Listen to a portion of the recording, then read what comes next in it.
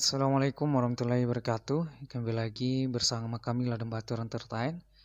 Ya, kali ini teman-teman semuanya para pejuang P3K yang akan mengikuti tes ke tahap yang ketiga, dan kami doakan bagi teman-teman yang belum lulus di tahap 1 dan tahap 2 jangan bersedih dulu karena ada tahap 3. Mudah-mudahan kita lulus semuanya di tahap 3. Amin amin ya robbal alamin.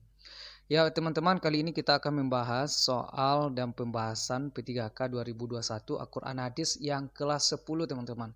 Mudah-mudahan ini gambaran bagi teman-teman yang akan mengikuti di tes tahap ketiga, khususnya bidang atau jurusan pendidikan agama Islam. Mudah-mudahan bermanfaat.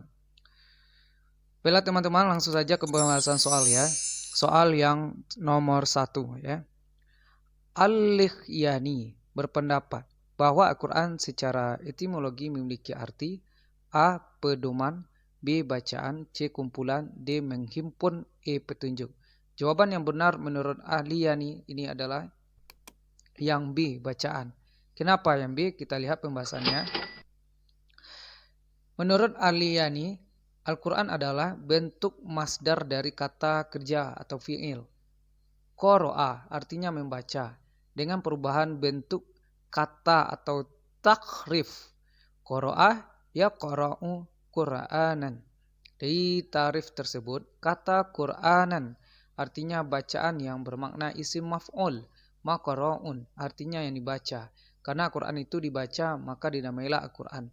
Kata tersebut selanjutnya digunakan untuk kitab suci yang diturunkan Allah kepada Nabi Muhammad SAW. Jadi pendapat ini berdasarkan firman Allah Subhanahu wa taala, juga sebagaimana yang dimaksud dalam surah Al-Qiyamah ayat 17 sampai 18. Yang mana bunyi bismillahirrahmanirrahim, inna alaina jam'ahu wa qur'anahu fa iza qara'anahu fattabi' qur'anahu. Jadi artinya sesungguhnya atas tanggungan kami lah mengumpulkannya di dalammu dan membuatmu pandai membacanya. Apabila kami telah selesai membacakannya, maka ikutilah bacaannya itu. Jadi jawaban tepat adalah bacaan teman-teman ya. Baiklah, soal nomor 2 teman-teman. Al-Qur'anu huwal kitabul ma'jizul munazzalu 'alan Nabi sallallahu alaihi wasallam maktubu fil masahif manqula alaihi bitawatir atau mutawatir muta'abbadahu bitilawatihi. Jadi definisi Al-Quran di atas dinyatakan oleh A. Subki Solih, B. Muhammad Abdu, C. Muhammad Kudari Bek, D. Makna Kathan, E. Iman Asyafi'i. Jadi ini adalah bahasa Arabnya teman-teman. Jadi jawaban yang tepat adalah yang A. Subki Solih. Kita lihat pembahasannya. Di mana kata Subki Solih ini arti dari apa maksudnya terjemahan dari bahasa Arab tadi. Al-Quran adalah kalam Allah, merupakan mujizat yang diturunkan kepada Nabi Muhammad SAW, ditulis dalam mushaf dan diriwayatkan dengan mutawatir, serta membacanya adalah ibadah. Jadi pendapat tadi adalah menurut Dr. Subhi, asali jawabannya A. Jadi suatu perantara yang ditunjukkan Allah untuk menjadikan petunjuk hidup manusia di dunia. Oke. Lanjut soal nomor 3. Al-Faraq menyatakan bahwa Al-Quran berasal dari lafaz qurainon, merupakan bentuk jamak dari kata A. Korona, B. Korina, C. Korona, D. Korinata, E. Koroa. Nah, jadi kita harus fokus kalau seandainya dimintanya bentuk jamaknya teman-teman. Jadi bentuk jamak yang tepat adalah yang E. Koroa. Kenapa yang A? Kita lihat pembahasannya. Nah, ini ada soal-soal dari quizis teman-teman. Jadi yang tepat itu bentuk jamaknya adalah yang E, ya, Koroa. Baik, soal selanjutnya, soal nomor 4. Yang berarti menggabungkan sesuatu dengan yang lain adalah lafaz A. Koroa, B. Al-Koroa, C. Jama'ah, D. Al-Koroa, E. Korona. Nah, jadi yang artinya itu adalah menggabungkan sesuatu dengan yang lain. Jawaban yang tepat adalah yang E, corona. Ya, ini ada bahasanya corona. Jadi kata corona itu kata bahasa itu sudah lama ya. Jadi bukan asing lagi ya. Karena di dalam Iqra juga ada kata corona, di dalam Quran juga ada kata-kata corona.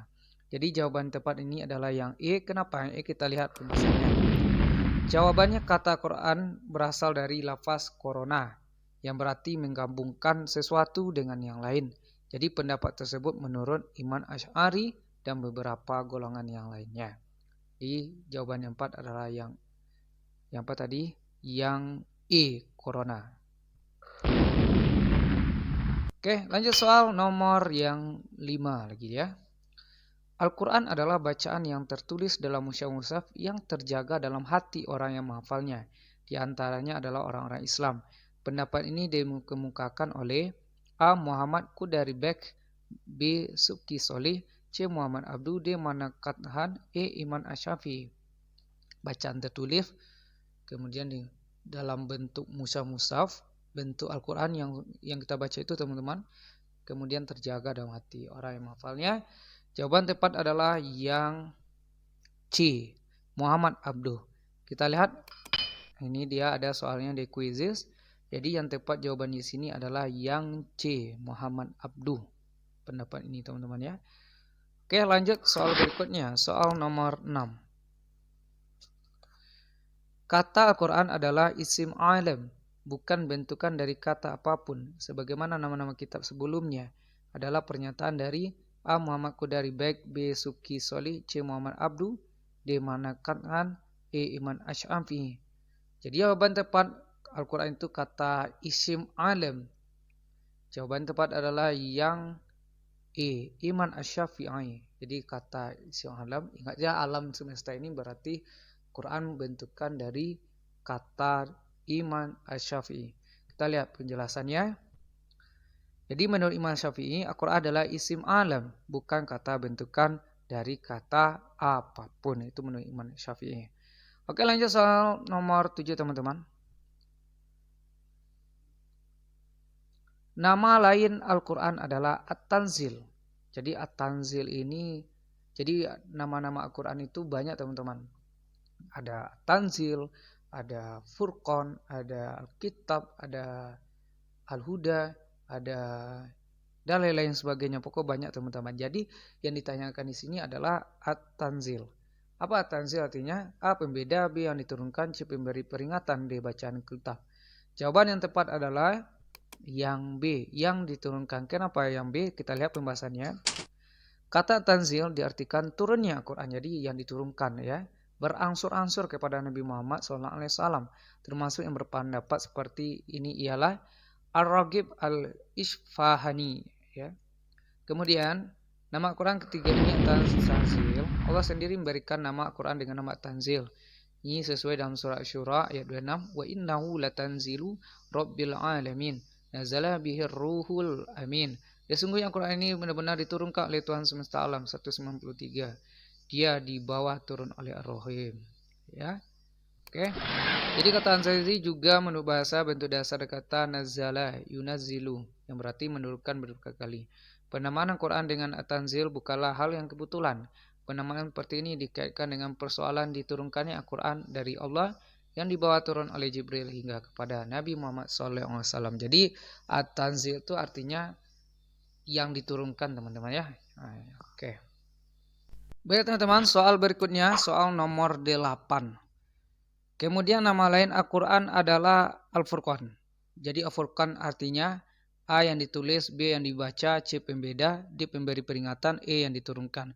Mungkin teman-teman dalam kata Furqan ini sudah tidak asing lagi teman-teman mendengarnya. Mungkin kelihatan di Asmaul Husna Al-Furqan dan juga di nama masjid Al-Furqan. Jadi Al-Furqan itu apa? Jawaban yang tepat adalah yang C, pembeda. Kenapa yang C? Kita lihat pembahasannya. Al-Quran dinamai juga Al-Furqan. Karena Allah Al-Quran adalah kitab membedakan antara yang hak yang batil, antara yang baik yang buruk, antara yang benar yang salah, antara yang halal dan yang haram, antara yang diperintahkan, mana yang dilarangnya, antara yang dibolehkan, mana yang tidak boleh, antara yang makruh, yang baik, mana yang mungkar atau yang buruk ya. Jadi jawabannya tepat pembeda. Itu adalah Furqan. Furqan adalah pembeda itu. Jawabannya. Oke, lanjut nomor 9. Nama lain Al-Quran yang berarti pemberi peringatan. Jadi tadi mintanya pengertian, di sekarang yang pemberi yang amanah yang artinya mana yang nama lain dari Al-Quran itu gitu. Jadi pemberi peringatan A. At-Tanzil, B. Zikri, C. Al-Furqan, D. Alkitab, E. Al-Quran. Jawaban yang tepat adalah yang B. Az-Zikri.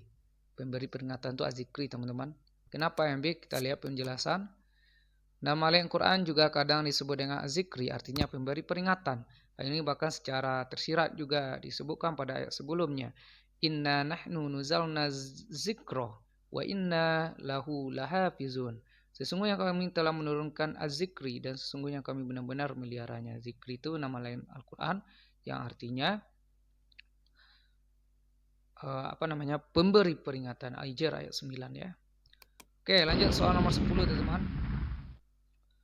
Diturunkan Al-Quran dalam Lailatul Qadar, dalam bulan Ramadan ke langit dunia. Sekaligus semuanya pendapat berpegang pada riwayat A. Abu Dawud, B. At-Tabari dari Ibnu Abbas, C. At-Tirmizi, D. An-Nasa'i, E. Muslim. Jawaban yang tepat di sini adalah riwayat D. An-Nasa'i. Kenapa? Kita lihat.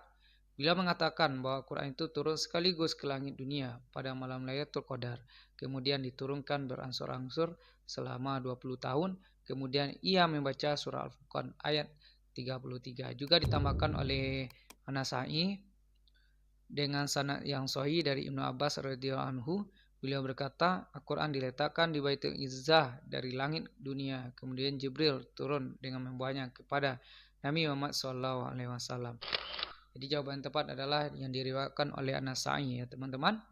Ya mungkin 10 soal Al-Quran hadis kelas 10 teman-teman, memberikan pedoman, acuan, patokan bagi teman-teman yang kami ikuti tes tahap ketiga pendidikan agama Islam. Termasuk saya sendiri teman-teman yang akan mengikuti tahap ketiga. Ini juga gambaran dari FR teman-teman yang sebelumnya.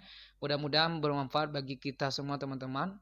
Bukan hanya untuk saya, juga teman-teman semuanya yang akan mengikutinya. Mudah-mudahan kita lulus di tempat yang kita idam-idamkan atau yang kita kita daftar ya. Kita mendaftarnya di sini bukan hanya di kabupaten kita sendiri atau kota sendiri, tetapi juga di luar kabupaten kita. Kalau tahap 3 ini bisa lintas kabupaten. Mudah-mudahan tempat yang teman-teman daftar itu lolos teman-teman di sana. Amin amin ya rabbal alamin. Mungkin itu saja teman-teman soalnya dan juga pembahasannya. Semoga bermanfaat. Wabillahi taufiq wa hidayah. Assalamualaikum warahmatullahi wabarakatuh.